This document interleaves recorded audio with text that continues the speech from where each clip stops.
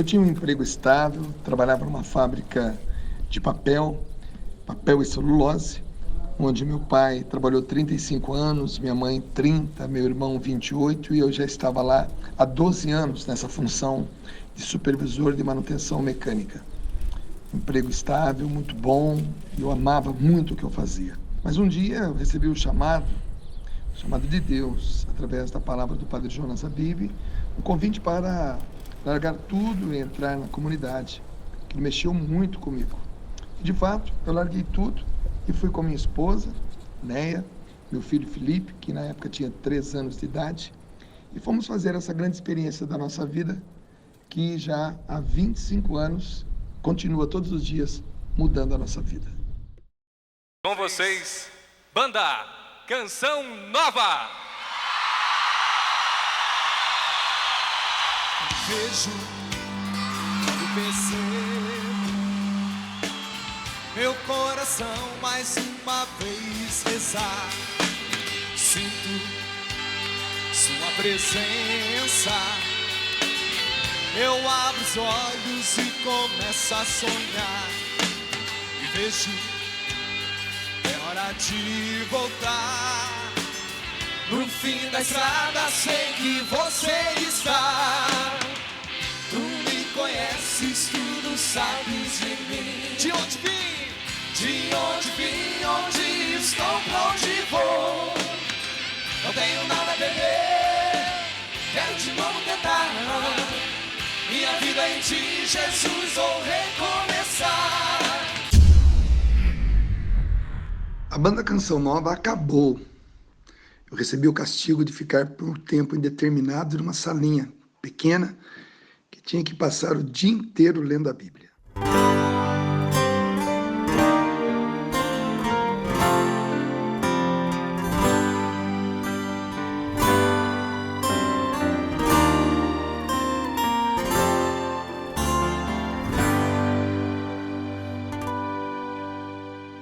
Naquele tempo eu estava assim passando por um período de humilhação.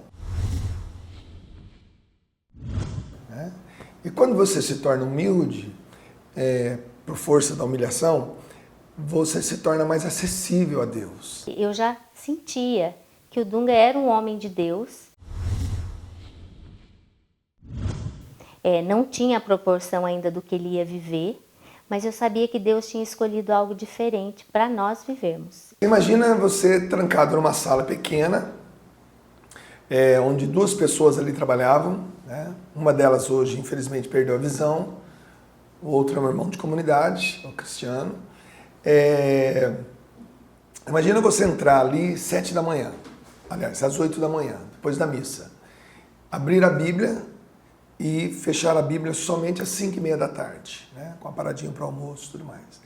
E você jogar os seus olhos em Gênesis capítulo 1, versículo 1, e começar a ler, né? Na verdade, logo no primeiro dia, que ainda soava como um castigo, né? Mas já no primeiro dia eu percebi que seria uma bênção, apesar de não estar confortável na situação, né? Porque era um castigo, era uma correção, que pegou todos, né, da banda Canção Nova na época. Cada um foi chamado a viver de alguma forma aquele período que era um tempo indeterminado, que durou entre 4 e 5 meses. Nesse período nós estávamos fritando pastel, então você imagina, eu, graças a Deus, hoje eu não tenho problema de enxaqueca, porque eu tenho uma alergia muito grande a remédio de dor. Qualquer remédio de dor que eu tomar, meus olhos incham, então eu não posso tomar remédio para dor. E eu tinha uma enxaqueca muito grande, né? E justamente o cheiro do óleo do pastel imediatamente causava enxaqueca. Mas eu não podia deixar de fritar o pastel, porque senão as pessoas iam entender que eu não queria descer do palco para fritar pastel. Então eu ia para o pastel, para o tacho, fritando pastéis e vendendo na lanchonete. E num desses intervalos, né, eu acabei saindo da lanchonete para dar uma respirada um pouco fora do óleo e encontrei com o Fábio. E o Fábio veio e me deu um abraço, né? E nesse abraço ele chorava muito, né? Justamente pelo término da banda, né? Porque ele gostava tanto, todos nós gostávamos tanto daquela atividade, mas tínhamos que parar. E no que ele me abraça e eu abraço e a gente começa a se consolar, praticamente metade da letra da canção já veio, porque ao abraçar o Fábio, eu dizia para ele, calma, irmão, Deus vê o coração, né? Sua compaixão penetra a nossa vida, né? E eu fui falando, né, frases que eu falei, peraí, puxa vida, eu até brinquei com ele, não para de chorar, não para de chorar, que Deus está me dando uma música. Então eu dizia para ele, Deus vê o coração, sonda com compaixão, sabe o tamanho da nossa dor, né? E Ele não pode pôr limites, né, no amor que Ele tem por nós e tal. E eu fui realmente falando letras que hoje estão na música. Deus vê o coração, sonda com a compaixão e sabe o tamanho da sua dor. Ele não pode pôr limites no seu amor, pois sabe até onde vai todo pecador. Lágrimas são suor de almas que lutam só Deus pode entender o que te causa dor.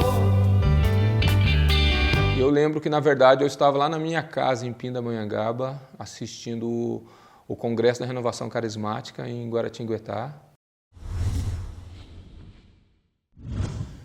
quando o Nelsinho estava com o violão tocando, né, os acordes, Sol, Mi menor, Dó, e o Dunga tinha composto a Restauração, a música, né, Restauração, e cantou ali pela primeira vez. Pensa no seu Senhor, recorra ao seu amor e creia, Ele é fiel, justo é o seu amor. Vamos cantar isso um para os outros agora? Vamos lá, ministra a música para Ele. Pare de se maltratar, não queira aos outros culpar. Diga, meu irmão, vai! Diga, por hoje não, por hoje eu não vou mais pecar, por hoje eu não vou mais pecar. Estenda a sua mão e abra o seu coração. Olha pro teu Senhor e se abra a restauração, e se abra a restauração. Com Cristo você vai superar todas as barreiras, passar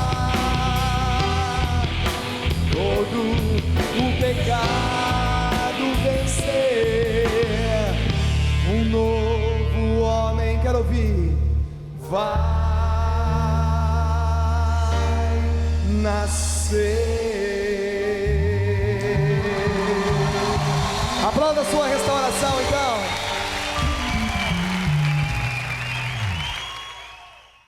Em 98, quando começou a ter os movimentos jovens na Canção Nova, foi quando o Padre Jonas fez um retiro justamente para jovens. Então, aquele final de semana, no Rincão, teve os jovens, certo? E naquela colocação dele, ele falou sobre pecado. Então, ele pregou o final de semana inteiro sobre pecado. Então, qual foi o lema dele? Por hoje não. Por hoje eu não vou pecar. Então, por hoje eu não vou pecar. Por hoje eu não vou pecar. Então, aí criou o PHN, certo? Então, aí foi aonde eu estava participando desse encontro. Eu falei, está na hora de nós pegarmos isso, eu já pensando no negócio. Registrar o PHN para a Fundação João Paulo II, senão segunda-feira a gente perde. Então, imediatamente nós entramos para oficializar o nome PHNC da Fundação João Paulo II. Esse foi o primeiro passo. Se confunde um pouco dentro de mim o dia exato, né, que usamos pela primeira vez a frase por hoje não vou pecar, né? Ou as letras PHN, porque faz parte de um contexto muito importante, muito profundo que a Canção Nova estava vivendo. Os primeiros encontros, né? Em 94 nós começamos o Rincão. Em 97, com todo aquele sofrimento do término da banda Canção Nova, estava nascendo o PHN. Então, é um turbilhão de sentimentos e de inspirações. Mas dentro desse contexto de O Santos ou Nada, de Resgate Já, de visitas, inúmeras visitas em casa de recuperação, onde nós ouvimos todo dia, só por hoje, só por hoje, só por hoje, mas era uma coisa especificamente a droga, né? A cocaína, o álcool, mas nós queríamos ampliar um pouco mais. O erro de alvo, que é a tradução de pecado, é um leque que poderia ser mais aberto. E aí surge então o PHN, né? O por hoje eu não vou mais pecar, por hoje eu não vou mais errar o alvo, né? Então, dentro desse contexto surge tudo isso, né? É uma frase misteriosa que estava no meu coração, no coração do Padre Jonas, no coração do Eto, no coração e na boca de cada um de nós. O que eu posso me lembrar é que a primeira pregação foi: Deus levanta uma juventude PHN. O Pai é que criou tudo isso. Foi o Pai que chamou Jesus no canto e falou: filho, tem uma humanidade lá embaixo, pecando, me renegando, idolatrando, e eu preciso que você, meu filho, filho único, meu filho amado, meu filho único, eu preciso sacrificar você para salvar todos aqueles que não me conhecem, aqueles que não estão nem aí comigo, aqueles que nesse momento, filho, estão se prostituindo, se drogando, estão se matando, estão traindo, estão assassinando uns aos outros. Filho, eu preciso que você vá, eu preciso que você desça na terra, eu preciso que você deixe toda a sua condição divina, toda essa condição, todo esse estar aqui no céu. Eu preciso que você desça, você vai nascer de uma virgem. Eu preciso, meu filho, que você, descendo, você comece a aprender tudo de novo, como falar, como andar. Olha, meu filho, você vai passar por maus bocados lá na terra, você vai ser açoitado, vão colocar você num trono, e vão debochar de você colocando uma cana numa mão, um feixe de lenha no outro. Você vai estar sem condições, você que é a palavra, vai ficar preso, acorrentado, ridicularizado, enquanto que outros mensageiros, tipo Padre Jonas, e Papa João Paulo II, estarão livres para pregar. Você que é a palavra vai ficar preso lá, acorrentado, ridicularizado, para que outros preguem depois.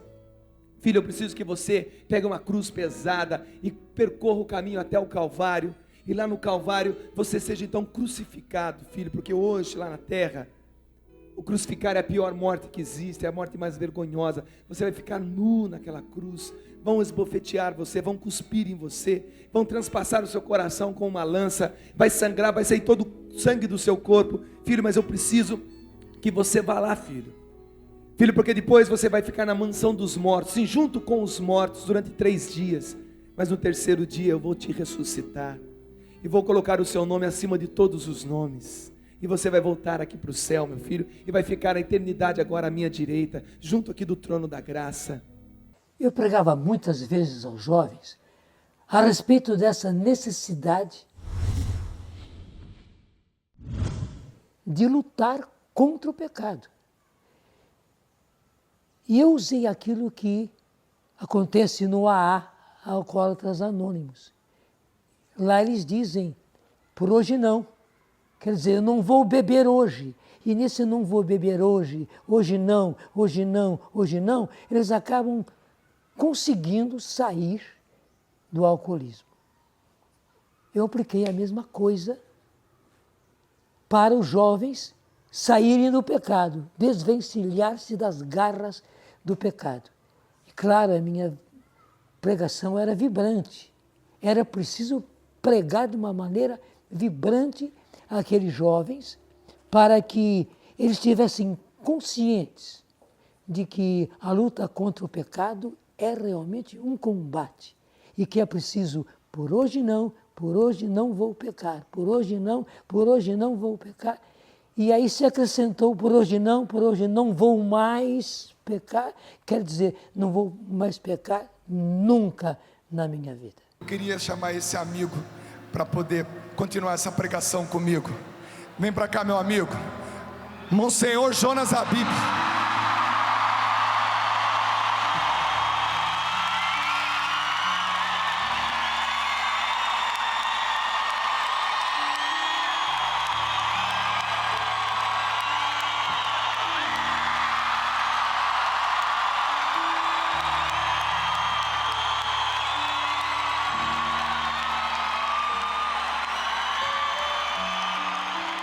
As pessoas dizem que eu escolhi o Dunga para levar essa bandeira. Por um lado, ele surgiu de todas essas pregações. E segundo, o Eto é o nosso empreendedor. E como empreendedor, ele percebeu o alcance disso. Ele viu que tremenda evangelização podia se fazer e que salvação para os jovens, levando em frente esta bandeira, por hoje não vou mais pecar. Então ele convocou o Dunga e pediu a ele que tomasse a bandeira na mão e a levasse em frente. O Dunga já estava empenhado naquilo, mais do que nunca. Não somente ele pegou a bandeira, ele colocou a bandeira abraçando-o, não é? E até hoje o Dunga é o PHN. Falar no PHN é falar no Dunga. Falar no Dunga é falar no PHN. Ouvia-se, o Dunga é uma pessoa que não para. E quando você coloca uma coisa que ele compra a ideia, então ele vai rapidinho, ele vai levando. Ele não segura de jeito nenhum, entende? E o Dunga é bom de trabalhar com ele, que ele não tem aquele medo de, se eu sair, quem toma conta, ou se quem vai pegar isso de mim, eu posso perder isso. O Dunga não tem essas coisas com ele, não. Se eu chegar nele agora e falar, o PHN não é mais seu, ele vai tranquilo, entendeu? Mas pode saber que no final, no meio do ano, ele vai aparecer com outra coisa. Ele não para. E ele comprou muito bem, eu tinha certeza que ele ia comprar essa ideia. Eu nunca imaginaria que aquela música faria tudo isso. Mas realmente esse nosso Deus faz coisas imprevisíveis e aí está o resultado.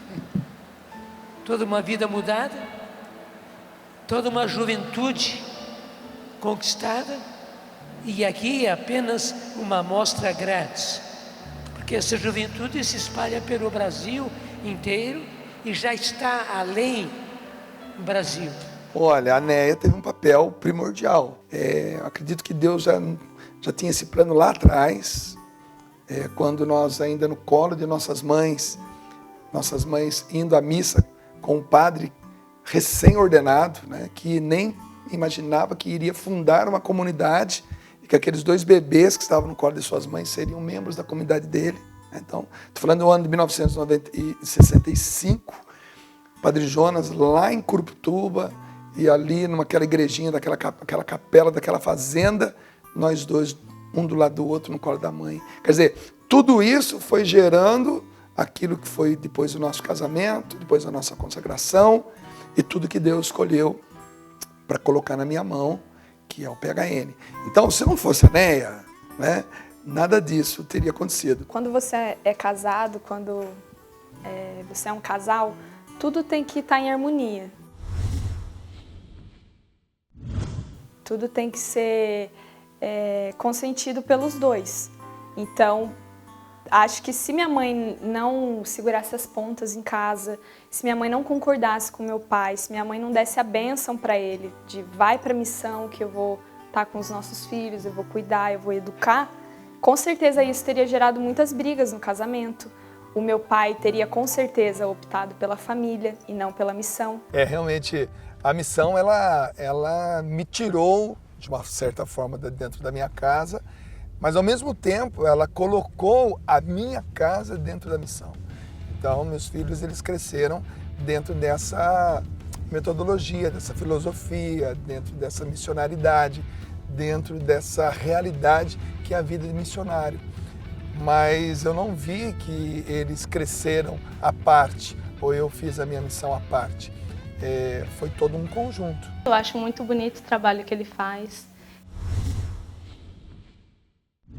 que ele sempre fez. Eu acho que hoje, olhando para trás, olhando tudo que ele fez por nós, todo também o esforço que ele teve para trazer a evangelização para dentro de casa também, porque ele passa tanto tempo fora e quando chega ele tem que evangelizar dentro de casa também, tem que ser pai, tem que ser amigo. Então hoje mais que nunca eu vejo quanto é bonita a missão que ele tem. Então antes do meu pai me falar, olha, eu vou ter que viajar, me explicar tudo, eu falava, pai, vai com Deus, é sua missão, a gente tem orgulho de você. A gente entende, porque eu via para o meu pai também que como era difícil para ele ter que explicar toda vez, olha, eu estou saindo, mas é meu trabalho, é minha missão, mas eu vou ficar com saudade, já já eu volto. Então a gente passou a entender, mas isso tudo veio com a maturidade e muito trabalho dos meus pais em explicar, mas no começo não foi fácil. Hoje a gente lida de uma forma muito boa, e a gente tem orgulho de quem ele é, e da missão e da dimensão que tudo isso se tornou. Acho que uma coisa que eu não lidava muito bem quando era criança era só ter ele ausente no meu aniversário, em festa de escola. Então isso é algo que eu carrego para mim até hoje. Para mim, eu acho que os aniversários ainda são bem sensíveis, eu ainda sinto bastante. Mas quando você é criança, você não entende que é toda uma missão, que ele está indo ajudar as pessoas, que ele está indo fazer o trabalho dele.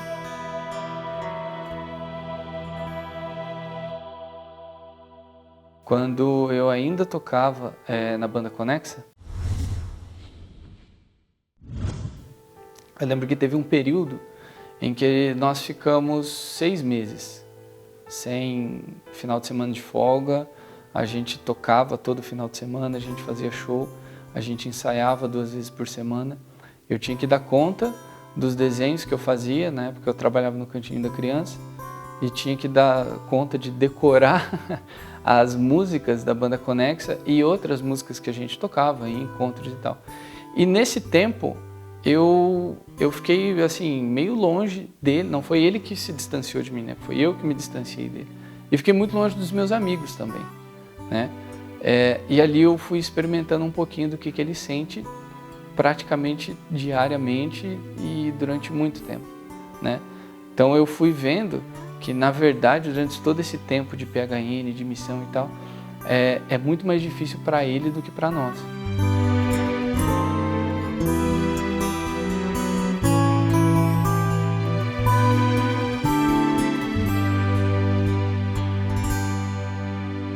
Na adolescência,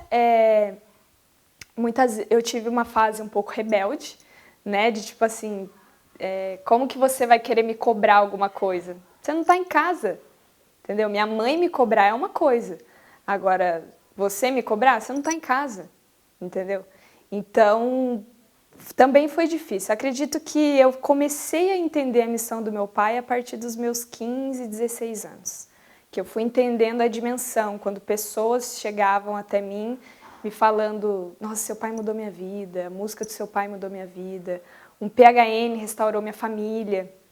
E eu comecei a entender o porquê do meu pai estar fora. Eu vi que o PHN, ele, para dar certo no palco, ele teve que começar aqui dentro de casa. Ele começa com se educar. Não, por hoje eu não vou ser grosso com a minha irmã, não vou ser grosso com a minha mãe, não vou ser grosso com o primo, a prima. E porque isso deu certo, acabou dando certo no palco. Hoje eu cresci e pai eu me tornei. Tenho um filho igual você, mas também não sei o que fazer. Hoje eu cresci e pai eu me tornei. Tenho um filho igual você, mas também não sei o que fazer. Então nós sempre priorizamos muito os nossos momentos junto com a família, com os filhos. Para quê? Para que a gente possa curtir, né? Curtir, dar qualidade Então é assim que acontece. E eu vou cada vez mais pedindo a Deus a graça, a força, vivendo a minha vida. Graças a Deus também eu tenho as minhas atividades, eu tenho o meu dia a dia. Então quando ele chega a gente vai se completando, né? Então eu ter o que fazer, eu ter os meus filhos, ter minha casa, ser missionária, tudo isso vai fazendo com que eu também, os meus dias vá acontecendo e junto dele também.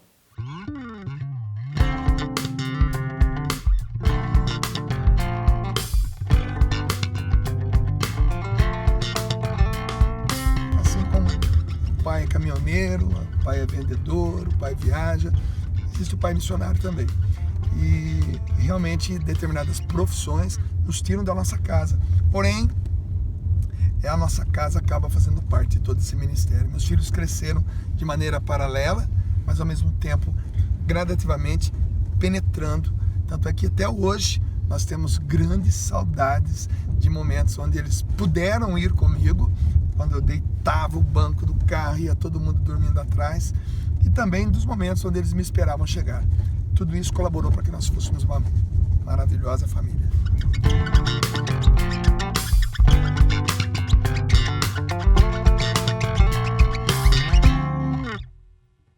Eu sabia que o fruto viria e muitos frutos viriam através do PHN. E principalmente do jeito que o Dunga faz os encontros dele, certo? Então eu tinha a certeza que a coisa ia continuar. Mas no primeiro que ele fez, ele já causou um impacto muito grande porque lotou a chácara, certo? De jovens. E não tinha o centro de evangelização, era o Rincão. Então foi um negócio de correr atrás de água, correr atrás disso, daquilo que a gente esperava do acontecimento. Então isso para nós foi um sinal importante que a coisa era de Deus e a gente tinha que continuar. O catecismo da Igreja Católica diz que o céu existe e é para lá que eu vou morar.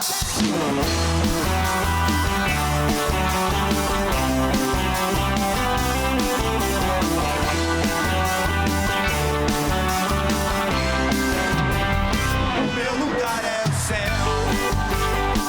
é lá que eu quero morar. O meu lugar é o céu, é lá que eu quero morar. O meu lugar é o céu, é lá que eu quero morar. O meu lugar é o céu, é lá que eu quero morar. Olha, em 2003, eu fui pela primeira vez nos Estados Unidos e eu considero essa realmente a primeira missão oficial PHN. Já tinha tido outras experiências em outros países, mas nos Estados Unidos foi quando eu senti que Deus queria que eu falasse para brasileiros que estivessem vivendo em outro país. E foi realmente uma grande graça, né? Inclusive foi ali que muitas vocações surgiram para a Canção Nova. Eu conheci o PHN no ano de 2005, no encontro que foi realizado ali na Catedral de Boston, com a Arquidiocese de Boston, junto com alguns missionários da Canção Nova. Eu não conheci o Dunga.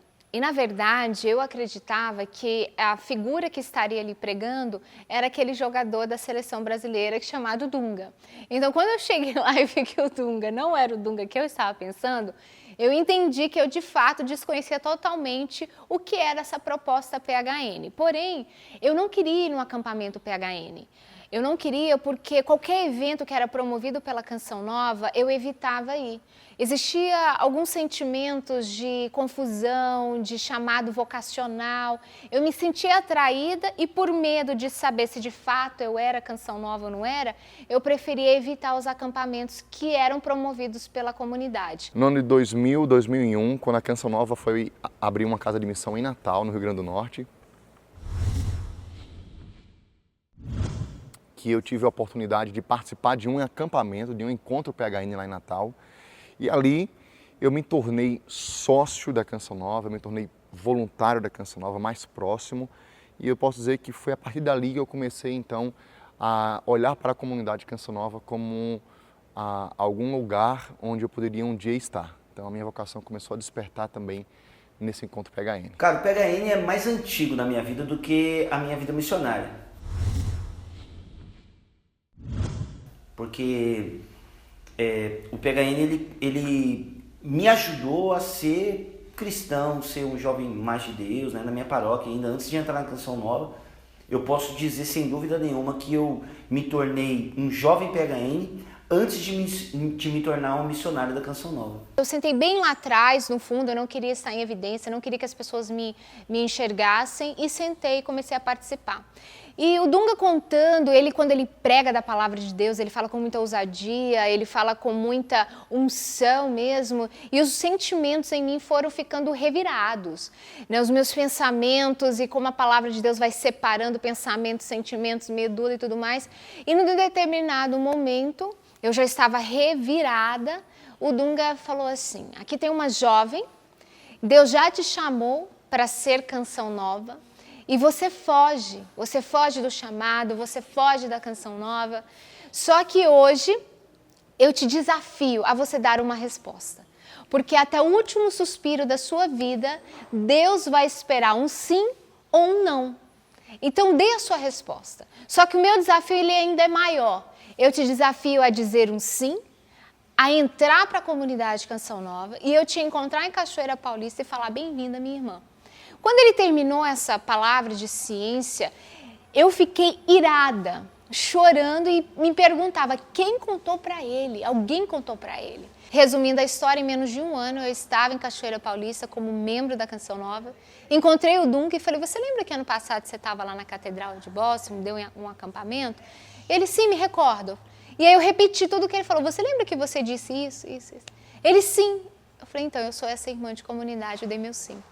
Ele ficou sem palavras, me abraçou e falou: poxa, ganhei meu dia. E aqui estou há 10 anos como membro da comunidade Canção Nova. Olha, a Fernanda para mim é um prodígio de Deus, porque uma jovem que vai com seus pais, tão nova, para os Estados Unidos, e ouve uma pregação e sente chamada a ser um membro de uma comunidade, deixar seus pais, deixar toda a comodidade de um país como os Estados Unidos, lutar pela sua vocação. Então, eu chamo isso de uma vocação genuína. E eu fico muito feliz porque foi despertado isso nela dentro do encontro PHN. Como é que eu vivo o PHN? Sendo fiel às minhas orações, sendo mais de Deus diariamente, buscando ser o melhor possível como esposo, como missionário, como amigo, como pregador, como cantor, dar o meu máximo naquilo que eu faço naquele dia. E aí não há tempo para o pecado. E se a tentação vier, naquele dia eu vou dizer não. Então, como todas as pessoas, eu busco viver dia após dia dizendo não ao pecado. Emanuel é uma dessas pessoas que eu tenho certeza que a seu tempo Deus vai usar e muito dele.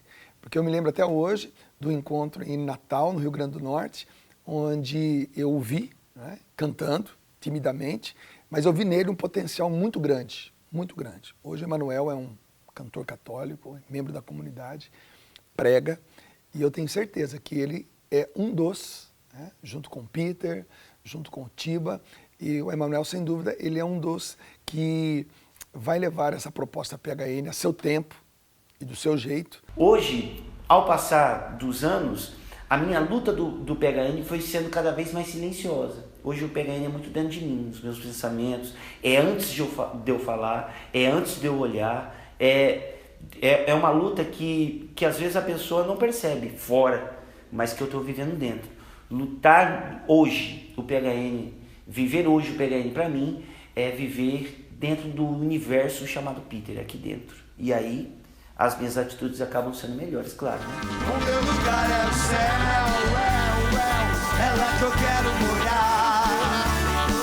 O meu lugar é o céu, é lá que eu quero morar. É lá que eu quero morar. É lá que eu quero morar. É lá que eu quero morar.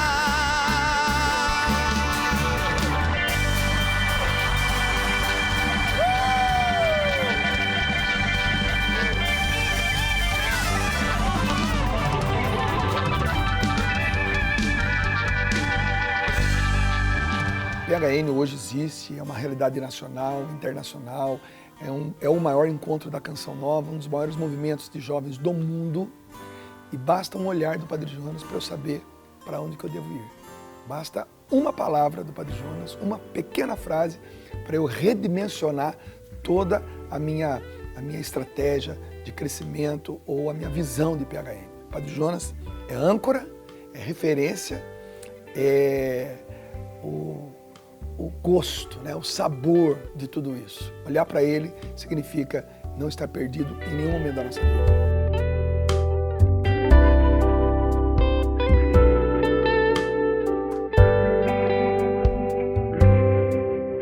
Eu espero, primeiro, que os jovens que já participaram do PHN, muitos deles já são senhores, pais de família, que eles perseverem, que não seja uma coisa que eles viveram 1, 2, 3, 4 anos e depois isso passou na vida dele. Não, eu quero perseverança.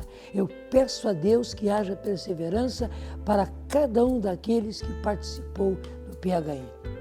E eu quero que muitos jovens, vindo ao PHN ou não vindo ao PHN, sabendo dessa bandeira, que eles abracem esse lema e possam viver essa realidade. Por hoje não vão mais pecar e assim tenham o pecado zerado na vida deles. É preciso zerar o pecado da vida, porque afinal das contas nós somos cidadãos do céu.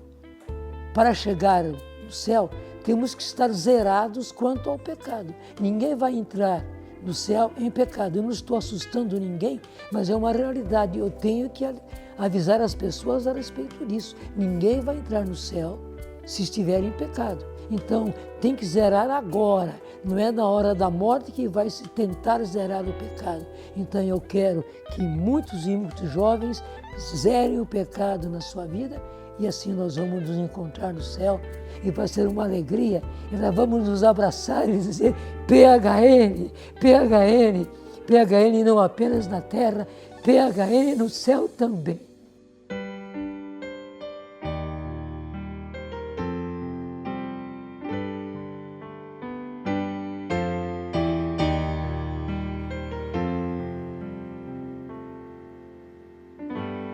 Deus vê o coração, sonda com compaixão e sabe o tamanho da sua dor. Ele não pode pôr limites no seu amor, pois sabe até onde vai todo pecador. Lágrimas são suor de almas que lutam só. Só Deus pode entender o que lhe causa dor. Pensa no seu Senhor, recorra ao seu amor e creia, Ele é fiel e justo é o seu amor. Pare de se maltratar e não queira aos outros culpar. Diga por hoje não, por hoje eu não vou mais pecar. Estenda a sua mão e abra o seu coração. Volta pro seu Senhor e se abra a restauração. Com Cristo você vai superar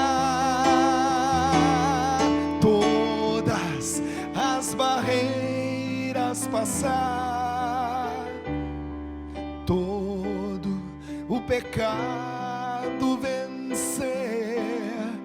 Um novo homem vai nascer.